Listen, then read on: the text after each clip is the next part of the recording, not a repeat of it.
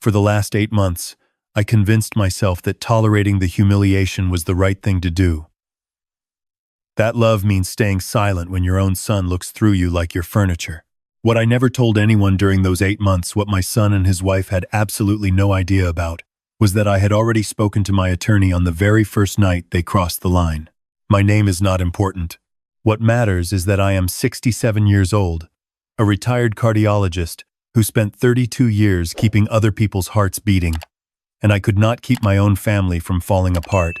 My wife, the only woman I ever loved, passed away from pancreatic cancer 4 years ago. She went fast 3 months from diagnosis to the day I held her hand for the last time in a hospital room that smelled like antiseptic and grief. After she was gone, I rattled around inside our house like a marble in a shoebox.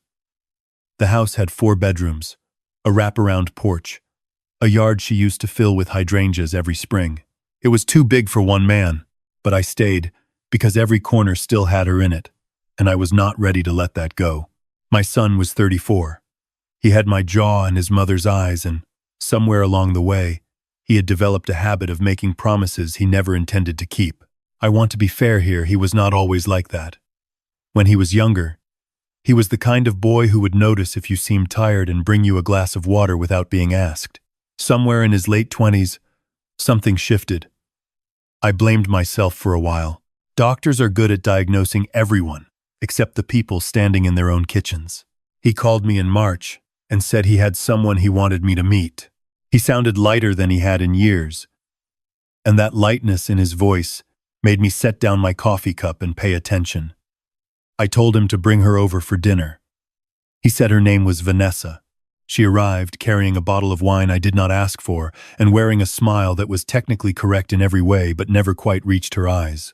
She was 10 years younger than my son, sharp in the way that makes you feel slow, and she asked questions about the house that I did not think were strange until later.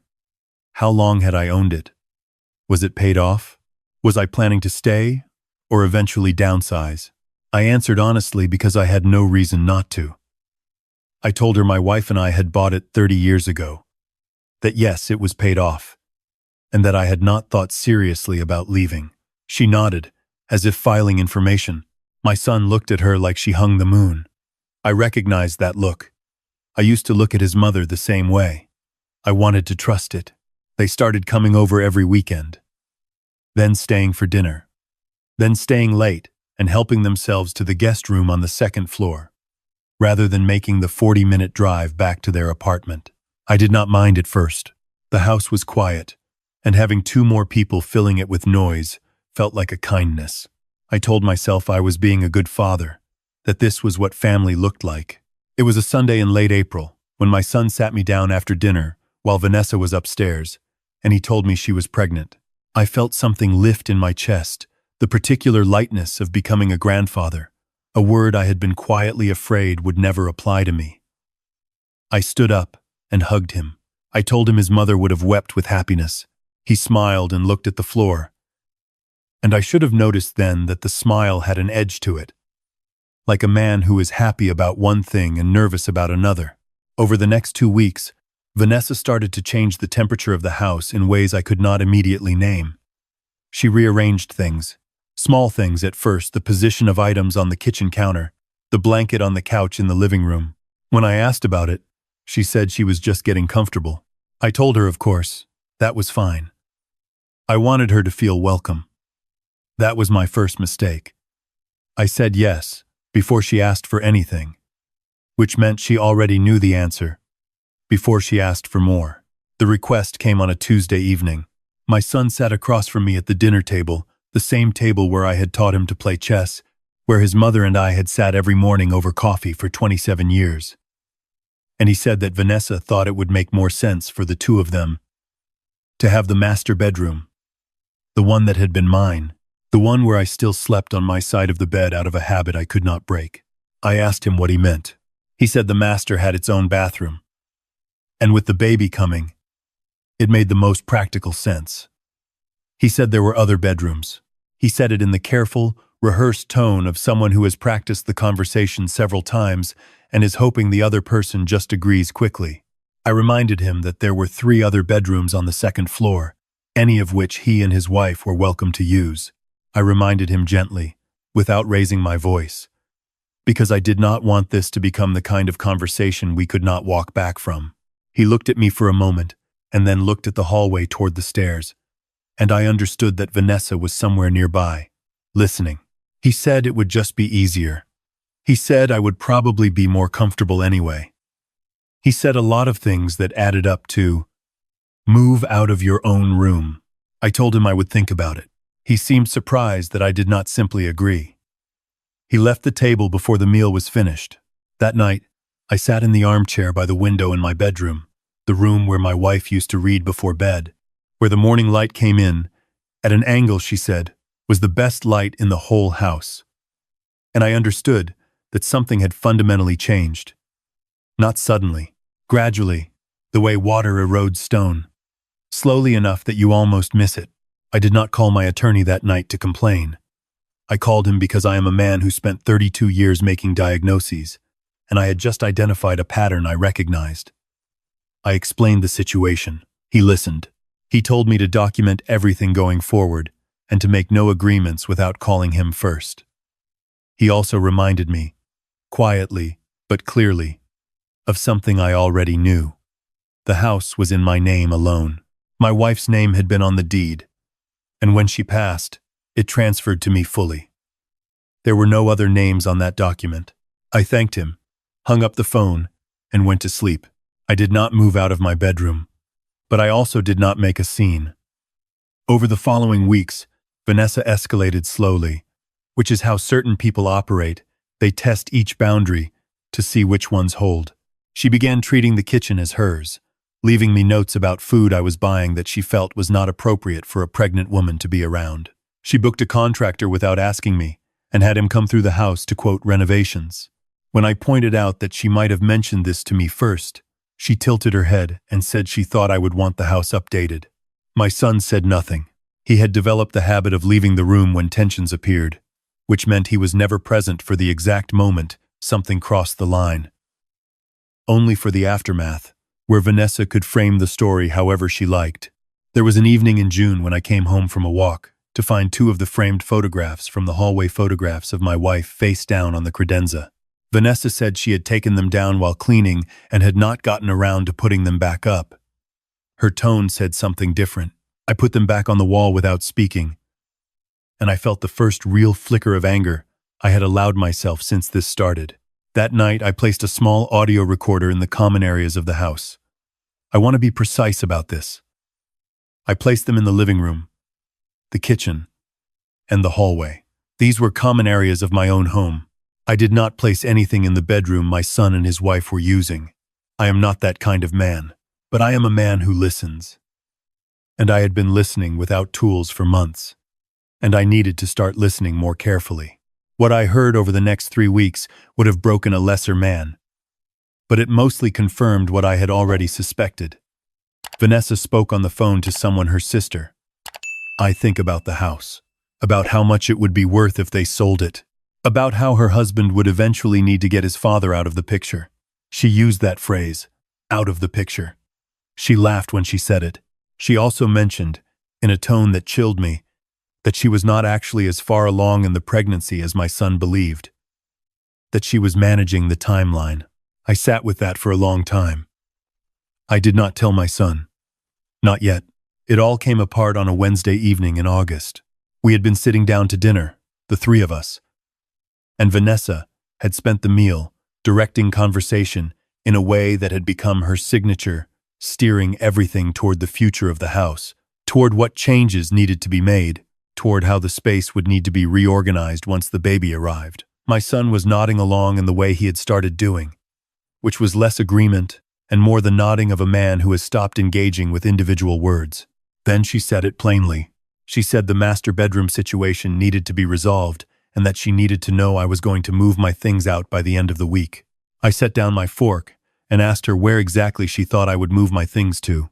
She said the basement had plenty of space and that I could make it my own. The basement of my house is unfinished. It has a concrete floor, exposed pipes, and a utility sink. I built this house. I know every wall of it. I know that the basement floor runs cold enough in winter to ache your bones." Before I could respond, my son stood up from the table, and he said, "And I am going to say this plainly because it needs to be said plainly." He looked at me and said, "Dad, either you move your things to the basement, or you need to find somewhere else to stay. Vanessa is carrying my child, and she needs the room. That's just how it is." The table went quiet. My fork was on the plate. The food had stopped steaming. I looked at my son for a long moment. The boy I had coached through Little League, the boy I had sat up with through 2 surgeries and a broken collarbone, and the night his high school girlfriend ended things, and he cried in a way he thought I could not hear through the wall. I looked at him, and I did not recognize what I was seeing. I said nothing. I folded my napkin. I placed it on the table beside my plate. I stood up, excused myself, and went upstairs. In my room, I called my attorney. I described what had just happened word for word. He said, "Are you ready to move forward?" I told him I was ready. He said he would file the necessary paperwork in the morning. I also retrieved the recordings from the past 3 weeks. My son came to my door an hour later to check on me. He seemed slightly ashamed, which told me that part of him understood what he had just done. He said he hoped I was not upset. He said it was just a practical matter. He said Vanessa was under a lot of stress. I told him I understood completely, and that he should not worry about me. He looked relieved. People who want to avoid guilt will accept any reassurance you offer them. Over the next 2 weeks, I behaved as though nothing had changed. I was polite at meals. I helped carry groceries. I did not move my things to the basement. My son mentioned it once more, and I said I was still working on it, and he let it go. Vanessa watched me with narrowed eyes because she was smarter than my son, and she could feel that something had shifted. But she could not identify what. My attorney filed 2 things. The first was a formal notice of trespass, which technically applied because my son and Vanessa had been living in my home without a lease agreement, without my explicit ongoing consent, and had crossed into the territory of demanding residency rights they did not have. The second thing he filed was related to something else, something he had discovered when I gave him Vanessa's full name and asked him to look into her background, which he did at my request. Vanessa had done this before, not with a father-in-law specifically, but the pattern was there. A previous relationship, 3 years ago, that had ended with a dispute over a shared property. A restraining order she had filed and then quietly dropped when the property dispute was settled in her favor. A financial complaint that had been filed against her and then withdrawn under circumstances my attorney described as opaque. She had a pattern. She found situations with assets, and she inserted herself until the assets moved in her direction. My son did not know any of this, or if he did, he had chosen not to. The morning my attorney arrived at the house was a Thursday in September. I had asked him to come at 10, which was when I knew Vanessa would be home and my son would have just returned from the gym. I wanted them both present. I wanted no one to be able to say they had not been there. My attorney is a quiet man in his 60s, with the kind of stillness that comes from having delivered hard news for 40 years. He sat at my kitchen table, my table, in my house, and he explained the situation in plain language. He explained that the house was my property, solely and completely. He explained the notice of trespass. He explained that my son and his wife had 60 days to vacate, which was more than the law required and more than they deserved. My son went pale. Vanessa did not. She had known something was coming. She had felt it. She said I was being unreasonable. She said this was his father's house, and that family did not do this to each other. She used the word family 3 times in one sentence, which struck me as significant given that she had spent 8 months doing everything in her power to remove the person who actually built this family. I slid my phone across the table. My attorney pressed play. The recording was clear. Vanessa's voice. Her sister's voice. The conversation about the house, about getting me out of the picture, about managing the pregnancy timeline. It went on for 4 minutes. The kitchen was completely silent, except for the sound of her own voice, which grew quieter as the recording played, as if she were somehow retreating from herself. When it ended, my son was looking at his wife in a way I had not seen him look at anything in a very long time. He was actually seeing something clearly. Vanessa tried to speak. She said the recording was taken out of context. She said she had been stressed and venting, and that she did not mean it. She reached for my son's hand, and he did not pull away, but he did not reach back either. My attorney said that the legal matters would proceed regardless of personal explanations, and that they were welcome to consult their own counsel. He stood up, gathered his documents, thanked me for the coffee I had not yet offered, and left. My son stayed at the table for a long time after the door closed. Vanessa had gone upstairs. I sat across from him, and I waited. I have learned, in 67 years, that the most powerful thing you can sometimes do is simply wait. He said, "Dad, I don't know what to say." I told him that was all right. He said he had not known about Vanessa's past. He said he had felt that something was wrong for months, but that he had not wanted to see it. He said he was sorry. He said it the way men say it when they mean it, but also know that the word is inadequate for the size of what they're apologizing for. I told him that sorry was a place to start. He and Vanessa did not last much longer after that. She left the house within 3 weeks, well ahead of the 60-day notice. She moved in with her sister. The pregnancy, I later learned, and this I will not elaborate on, except to say that my son confirmed it himself, was not what she had led him to believe. She had exaggerated the timeline considerably. The reasons for doing so were the kind of reasons that become obvious once you know what someone is actually after. My son stayed in a hotel for a few weeks while he found an apartment. He came back to the house twice during that time, not to collect anything large, just to sit at the kitchen table and drink coffee with me. The second time, he sat with a photograph of his mother for a long time before he put it down. He did not say anything. He did not need to. He got a job in November, a real one, with structure and accountability, the kind he had been avoiding for 3 years. I did not say I told you so, because that is not the kind of father I want to be, and also because his mother would have appeared in some form and made me regret it. I had the master bedroom repainted in February, not to erase anything, but because the room needed it, and because I have learned that renewal and memory are not incompatible. I kept the morning light exactly as it was. Some things you do not change. There is something I want to say to anyone who is watching this and recognizes themselves in it. Not in my position necessarily, but in my son's. I want to say that the moment you choose someone else's comfort over your own parents' dignity, you are not choosing love. You are choosing avoidance.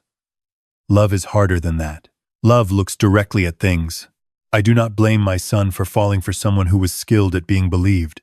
I do not even blame him for the words he said at that dinner table, not because they did not hurt, but because I believe he has spent every day since then understanding what they cost.